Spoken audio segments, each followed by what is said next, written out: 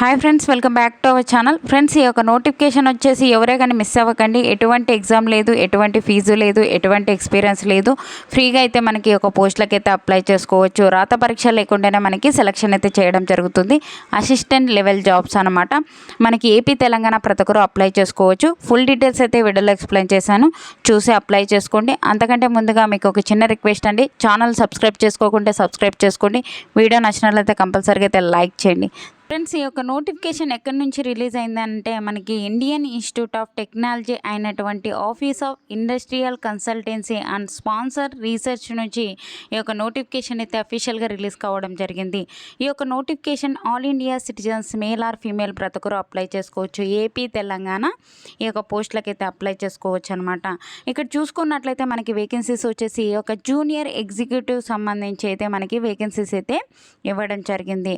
మనకి ఈ యొక్క జూనియర్ ఎగ్జిక్యూటివ్కి సంబంధించి ఒక పోస్టులకు అప్లై చేసుకోవాలి అంటే ఎడ్యుకేషన్ క్వాలిఫికేషన్ ఏంట్రా అని చూసుకున్నట్లయితే మనకి డిగ్రీ అయితే చదివి ఉండాలి. మనకి 3 years డిగ్రీ అయితే కంప్లీట్ చేసి ఉండాలి. అది కూడా మనకి ఆర్ట్స్ సైన్స్లో చేసినట్లయితే ఒక పోస్టులకి అయితే అప్లై చేసుకోవచ్చు. మనకి ఎస్సీ ఎస్టీ వాళ్ళకైతే 55% అయితే మార్క్స్ తెచ్చుకొని ఉండాలి.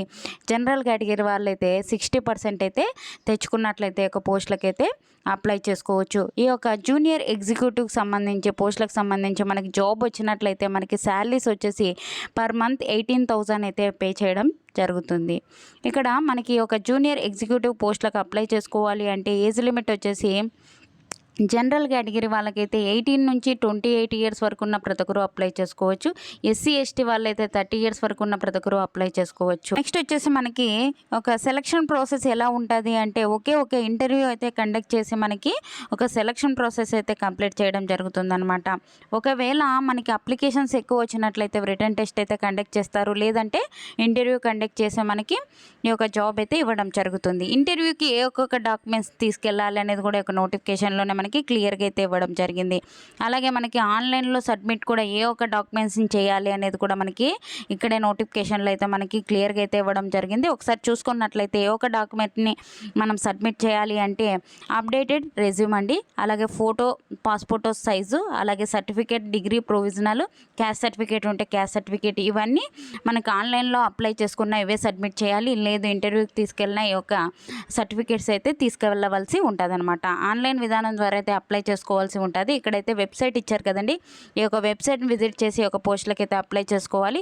మీకు ఆన్లైన్ అప్లై డేట్ వచ్చేసి మనకి లాస్ట్ డేట్ వచ్చేసి ఎప్పుడు లోపల అప్లై చేసుకోవాలి అంటే మార్చి 25 లోపల అయితే ఈ యొక్క పోస్టులకి అయితే అప్లై చేసుకోవచ్చు అనమాట.